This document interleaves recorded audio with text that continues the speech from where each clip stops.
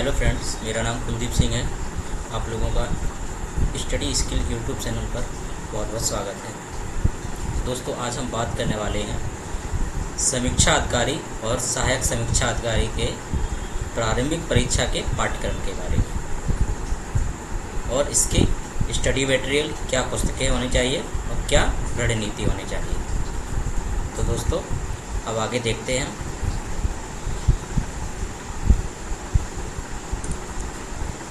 सबसे पहले दोस्तों, जब हम बात करते हैं समीक्षा अधिकारी के सिलेबस के बारे में, तो इस वैकेंसी को आरओ और एआरओ के नाम से भी जानते हैं कि रिव्यू ऑफिसर और असिस्टेंट रिव्यू ऑफिसर। तो हम प्रारंभिक परीक्षा में सबसे पहले हम मोटा मोटा समझते हैं कि ये 200 नंबर और 200 क्वेश्चन की परीक्षा है। 200 नंबर और 200 क्वेश्चन की परीक्षा है। इस परीक्षा को सबसे पहले दो भागों में बांटा गया है। एक हमारा रहता है सामान्य अध्ययन का, ये एक सामान्य अध्ययन का पेपर होता है जो 140 क्वेश्चन और 140 नंबर का होता है। इसके बाद दूसरा जो हमारा पेपर होता है ये 60 नंबर 60 क्वेश्चन का होता है, यानी कि 140 और प्लस 60 टोटल हमारा 200 नंबर का पेपर होता है। तो हम बात करते हैं कि फर्स्ट पेपर में क्या सिलेबस है और कहाँ से हमें क्या पढ़ना चाहिए।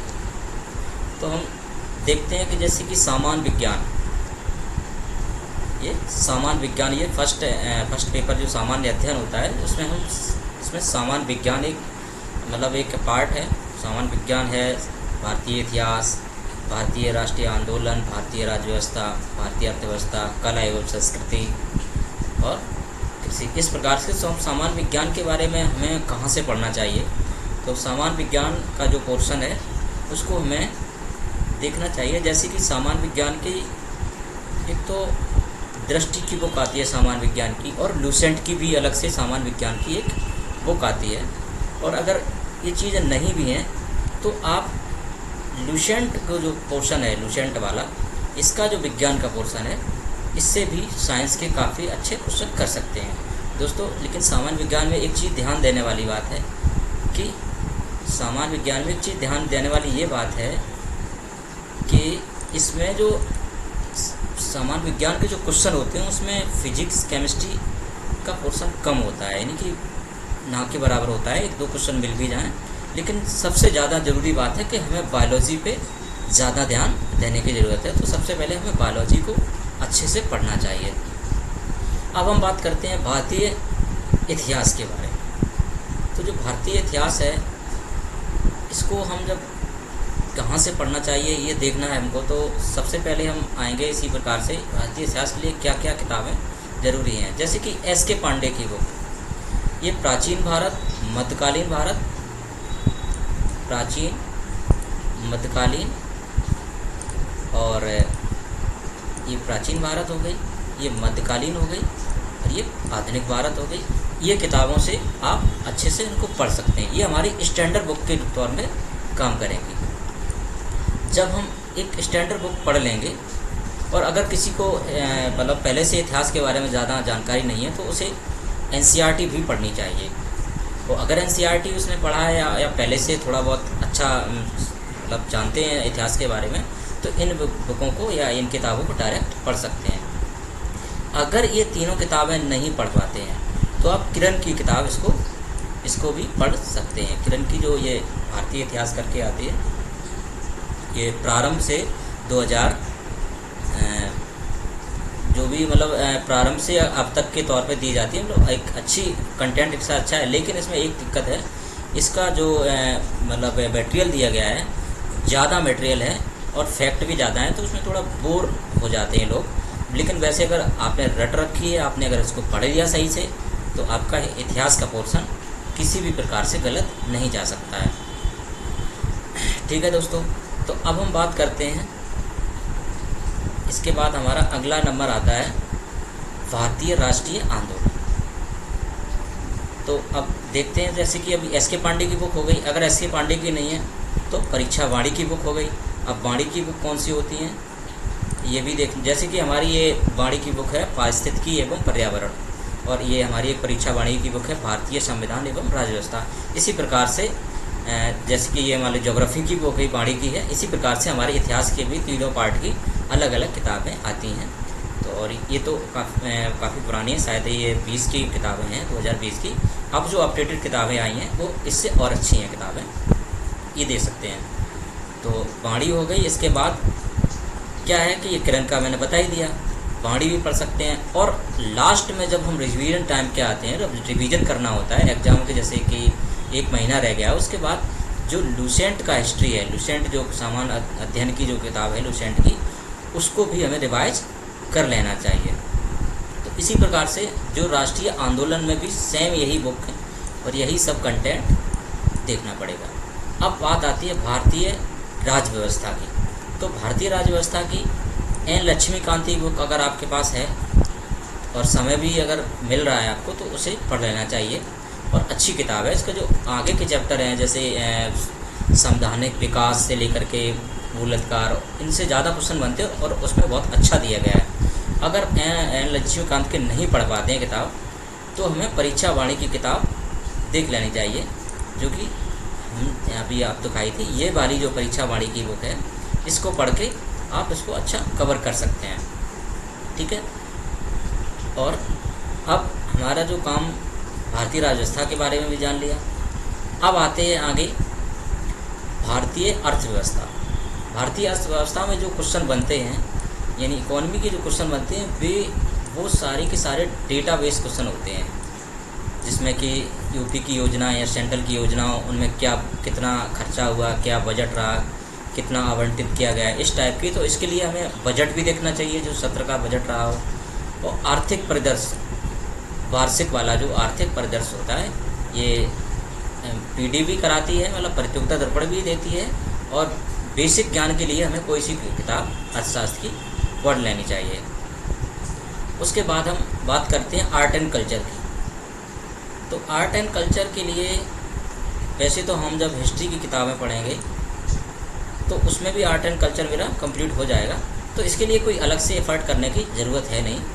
इन चीज़ों को ध्यान से देख लो और इन्हीं से आर्ट एंड कल्चर पे काफ़ी चीज़ें मिल जाती हैं। और अगर कुछ ऐसा रहता है तो आप हमारे यूट्यूब चैनल पर भी वीडियो इसके आर्ट एंड कल्चर के मिल जाएंगे सभी के सभी, और इनमें जितना भी आपका मटेरियल दिया गया है तो उतना उपलब्ध करा दिया जाएगा। तो आर्ट एंड कल्चर की इतनी टेंशन लेने की ज़रूरत है नहीं। उसके बाद हम बात करते हैं भारतीय कृषि वाणिज्य एवं व्यापार। इसके लिए भी परीक्षा वाणी की बुक आती है, जिसमें हमें भारतीय कृषि के प्रकार और व्यापार, कृषि की जो जितने भी मान लें गेहूँ की फसल है, उसकी क्या क्या वैरायटी है, आम की, इन सब चीज़ों के बारे में, और मतलब क्या रेट रहे, एमएसपी वगैरह, ये सब चीज़ें इसमें आ जाती हैं। जो हमारे एग्रीकल्चर एंड ट्रेड्स, जो एग्रीकल्चर से संबंधित ट्रेड्स है, उसमें इसको देख सकते हैं। परीक्षा वाणी की किताब अच्छी आती है। और इसके बाद हम बात करते हैं जनसंख्या और नगरीकरण। जनसंख्या नगरीकरण, इसके लिए परीक्षा वाणी की बुक आती है, घटना चक्र की भी बुक आती है जनसंख्या को लेकर। इसके बाद हम बात करते हैं जैसे पर्यावरण। पर्यावरण के लिए अभी तक की जो किताबों में जैसा कि दिया गया है, परीक्षा वाणी की ये जो किताब है ये काफ़ी हद तक अच्छी रही है पर्यावरण के लिए। इससे अच्छे क्वेश्चन है। इसमें एक चीज़ और दी गई है परीक्षा वाणी के लिए, आगे मैं बताना चाहूँगा कि जितनी भी परीक्षा वाणी की किताबें हैं उनमें थ्योरी तो दी ही गई है, लास्ट में पिछली जितनी भी परीक्षाएं हुई हैं, चाहे वो यूपीपीएससी की परीक्षा रही हो या एमपीपीसी, जैसे अदर स्टेट जो भी आसपास के हैं, उनके सभी के जो प्रश्न दिए गए हैं, इनसे आपका जो प्रीवियस ईयर वाले क्वेश्चन PYQ लगाते हैं, इनका भी एक साथ में काम हो जाता है। बस इसमें थोड़ा सा जो आंसर का है उसका डिटेल नहीं दिया जाता है, तो इसका मोटा मोटा अंदाज लग जाता है। उसके बाद हम बात करते हैं, पर्यावरण हमारा हो गया, तो हमने अभी क्या क्या देख लिया, सामान्य विज्ञान, भारतीय इतिहास, भारतीय राष्ट्रीय आंदोलन, भारतीय राजव्यवस्था और जनसंख्या, नगरीकरण और पर्यावरण। अब हम बात करते हैं ज्योग्राफी पे। ये एक अच्छा खासा पोर्शन आता है ज्योग्राफी का उसमें। तो भारतीय भूगोल और विश्व का जो भूगोल है और प्राकृतिक संसाधन, ये एक काफ़ी अच्छा मतलब नंबर ऑफ क्वेश्चन होते हैं, अच्छे क्वेश्चन आते हैं और काफ़ी नंबर में आते हैं। तो हम इसके लिए हमें क्या देखना पड़ेगा, एक तो परीक्षा वाणिज्य की भी बुक आती है, भारतीय भूगोल की आती है और विश्व का भूगोल आती है। अगर इन दो किताबों को नहीं ले पाते हैं आप, जैसा कि अभी देखो, तो आपको महेश कुमार वडवाल का जो एक सामान्य अध्ययन या समग्र अध्ययन नाम से पुस्तक दी गई है। हालांकि महेश कुमार वडवाल की 6 to 12 एनसीईआरटी बेस्ड या एनसीईआरटी सार करके भी बुक आती है, और उससे ये किताब ज़्यादा अच्छी है। वो एक बेसिक किताब है, अगर वो है आपके पास तो उसे भी पढ़ लें। और ये समग्र अध्ययन है, इससे मतलब जहाँ तक है सारा का सारा कवर हो ही जाता है। तो एक चीज़ देखने, जैसे कि हम ज्योग्राफी में जब देखते हैं, भारतीय भूगोल तो हम पढ़ ही लेते हैं, तो विश्व भूगोल में हमें उन चीज़ों को देखना है, जैसे कि नदियाँ हो गई, पर्वत हो गए, मरुस्थल हो गए, कौन देश क्या राजधानी है और आसपास के देश, इन चीज़ों को, तो इनके लिए हमें किताब के साथ साथ एक चीज़ और देखनी पड़ेगी, मैप का सहारा। तो मैप एटलस का एक मैप आता है और एक स्कूल करके मैप आता है, इन दोनों को लिख सकते हैं और लेना ही पड़ेगा। अगर जॉब भी पढ़ रही है तो मैप की ज़रूरत आपको है ही।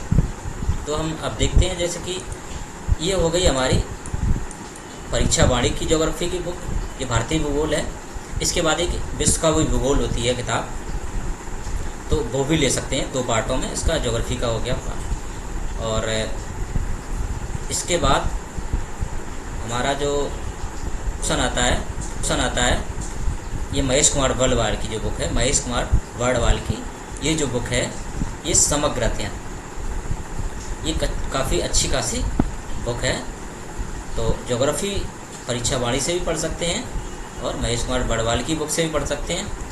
लेकिन एक चीज़ ध्यान रखनी है, इसके साथ साथ आपको मैप का सहारा ज़रूर लेना पड़ेगा। उसके बाद हम बात करते हैं, हमारा ज्योग्राफी भी पोर्शन कंप्लीट हो गया। अब हमारा आता है राष्ट्रीय और अंतर्राष्ट्रीय घटनाक्रम। तो इसके लिए एक तो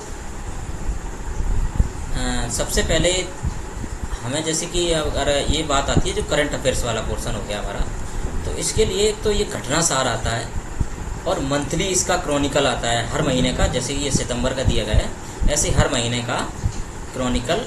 और ये लास्ट का जो अर्धवार्षिकी आती है 2 भागों में, 1 साल की किताब आएगी, इनको ले सकते हैं। हालांकि घटना चक्र की भी अर्धवार्षिकी आती है, वो भी अच्छी है। तो करंट अफेयर्स के लिए कोई भी मैगजीन ले लो, मंथली मैगजीन पढ़ते रहो, और लास्ट में जो अर्धवार्षिकी है उसे भी पढ़ लो, किसी भी उसकी किसी भी प्रकाशन की ले लो, ठीक ठाक प्रकाशन जो घटना चक्र भी है। और अगर ज़्यादा ही नॉलेज अच्छी लेनी है तो आप प्रतियोगिता दर्पण का भी ले सकते हैं, और दृष्टि की और करंट अपडेट करके आती है, उसके भी आप ले सकते हैं। तो हमारी ये करंट अफेयर्स वाला पोर्शन हो गया। उसके बाद हम बात करते हैं, अब हमारा रह गया है सामान्य बौद्धिक क्षमता। तो ये रीजनिंग वाला पोर्शन है। तो रीजनिंग आपने जहाँ भी पढ़ी है पहले, छोटे मोटे क्वेश्चन आते, ज़्यादा कुछ आता नहीं है, तो रीजनिंग आप कर ही ले जाएंगे। उसके बाद इसमें मैथमेटिक्स भी होता है, थोड़ी बहुत मैथमेटिक्स जो बौद्धिक क्षमता और मतलब मैथ भी आता है, तो मैथ का भी पोर्शन देख लो। और ये लगभग ऐसे 6-7 क्वेश्चन रहते होंगे, उनको कर सकते हैं। उसके बाद एक पोर्शन ये आता है, काफ़ी महत्वपूर्ण क्वेश्चन है, यूपी स्पेशल काफ़ी अच्छा वेटेज लेके आता है, अच्छे खासे क्वेश्चन होते हैं। तो इसके लिए परीक्षा वाणिज्य की भी यूपी स्पेशल आती है, घटना चक्र की भी आती है, और इसके बाद इससे भी अच्छी किताब लेनी है तो मैकग्रा हिल्स की, जैसे कि यूपी पीसीएस के लिए जो बुक बनाई गई है, मेंस के लिए काफ़ी डिटेल में है, इसको आप ले सकते हैं। तो हम आप देखते हैं किताबों के बारे में। ये रही हमारी जो यूपी स्पेशल की जो बुक है, ये घटना चक्र की बुक है, तो सॉरी परीक्षा वाणिज्य की बुक है। इसी प्रकार एक घटना चक्र की भी बुक आती है, और मैकग्रा हिल्स वाली बुक इसमें नहीं है, उसमें आप ले सकते हैं। तो ये 3 किताबें, इनमें से कोई सी किताब ले लो और अच्छे से कवर कर सकते हो। यूपी स्पेशल अच्छा आता है, बहुत ज़्यादा डीपली पढ़ना है और चीज़ों को अच्छे से समझना है, और अच्छे वेटेज रहते हैं। अब आते हैं अब हमारा ये जो पहला मतलब पोर्शन है, एक जो पेपर है फर्स्ट पेपर हमारा कंप्लीट हो गया। क्या पढ़ना चाहिए और कितने नंबर, यानी 140 नंबर का और 140 क्वेश्चन ही होते हैं। इसमें लगभग 80 के लगभग अगर आप क्वेश्चन सॉल्व कर रहे हैं तो आपका श्योर है कि आपका हो ही जाता है, बशर्ते आप हिंदी में अच्छा खासा लगभग 50 का मतलब 50 मार्क्स ला सकते हैं। अगर तो आपका इधर 80 भी है, अगर 75 भी है, तब भी चांसेस बने रहते हैं। उसके बाद हम बात करते हैं सेकंड पेपर की, सामान्य हिंदी की। तो जब सामान्य हिंदी की बात करते हैं तो सामान्य हिंदी 60 नंबर का पेपर होता है और 60 ही क्वेश्चन होते हैं। इसमें केवल 6 चैप्टर दिए गए हैं, जिसमें हमारा विलोम, वाक, बर्तनी शुद्धि, विलोम हो गया, वाक बर्तनी शुद्धि हो गया, अनेक शब्दों के एक शब्द हो गया, तत्सम तद्भव, विशेष और विशेषण और पर्यायवाची। तो ये 6 टॉपिक, केवल 6 टॉपिक हैं, इनको आप कवर कर सकते हैं। तो इनके लिए जो किताबें हैं, अगर हम स्टैंडर्ड बुक की बात करें, जो मानक किताबें हैं, तो इसमें एक पृथ्वीराज पांडे जी की किताब है और हरदेव बारी जी की किताब है, जो मतलब हिंदी में अच्छा खासी योगदान रहा है इनका। इनकी किताबें जो दोनों हैं, तो ये जो किताबें होती हैं इनको आप एक मिनट देख सकते हैं। ये वाली जो बुक है ये पृथ्वीराज पांडे जी की नई बुक है, इसी साल की बुक है।